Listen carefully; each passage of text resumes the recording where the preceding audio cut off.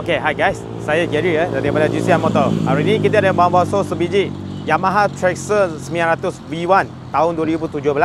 So register pun 2017. Nak join dengan harga jualan 32,800 siap potong nama cash. Kalau loan minimum deposit 100, bulanan 500 lebih selama 7 tahun. Itu untuk loan ready lah. Kalau korang ada credit card, limit cukup, boleh swipe guna credit card, buat EPP 0% interest dengan bank. Boleh PM kita untuk dia punya TNC. Lepas tu kita ada free 1 year warranty. Kemudian kalau korang dari seluruh Malaysia pun tak ada masalah, termasuk Sabah Sarawak. Kalau jauh pun tak ada masalah, kita boleh tolong uruskan penghantaran. Kita boleh tolong set. Alright, PM je kita bagi tahu orang detail pasal penghantaran pun sama. Kita boleh bagi tahu information lah. Alright, so warranty setahun. Jom kita tengok apa yang datang dengan motor. First, handleguard lah, handleguard asap. Lepas tu ada river, performer punya. Windshield depan, tidak ini tinggi punya windshield, standard lah. Kemudian fog USD fog kiri kanan, USD fog adjustable kiri kanan. Lepas tu kaliper pun kiri kanan. Fog slider dah ada.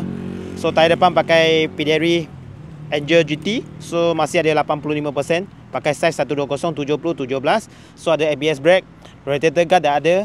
Nanti manifold tu kita polish bagi kilat. Okay. So GB Racing punya engine guard dah ada. Full rest aftermarket performer punya full rest dah ada. Double stand memang standard lah, exhaust standard. So tayar belakang pun Angel GT masih ada 80% lagi. Right. So kalau tayar belakang dia bagi size 1855/17. Splash guard dah ada, arm slider dah ada. So top brake dia dah bagi Sharp punya top brake dengan top box 39 liter. Top box Sharp.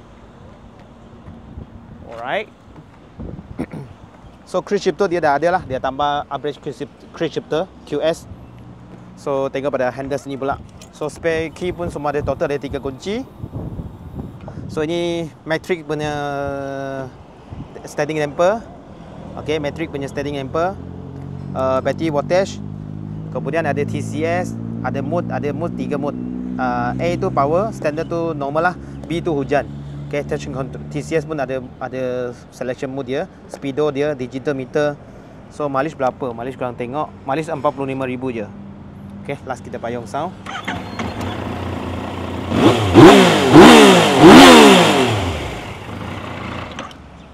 Alright, kalau korang minat motor ni boleh PM kita ya. So see you, bye.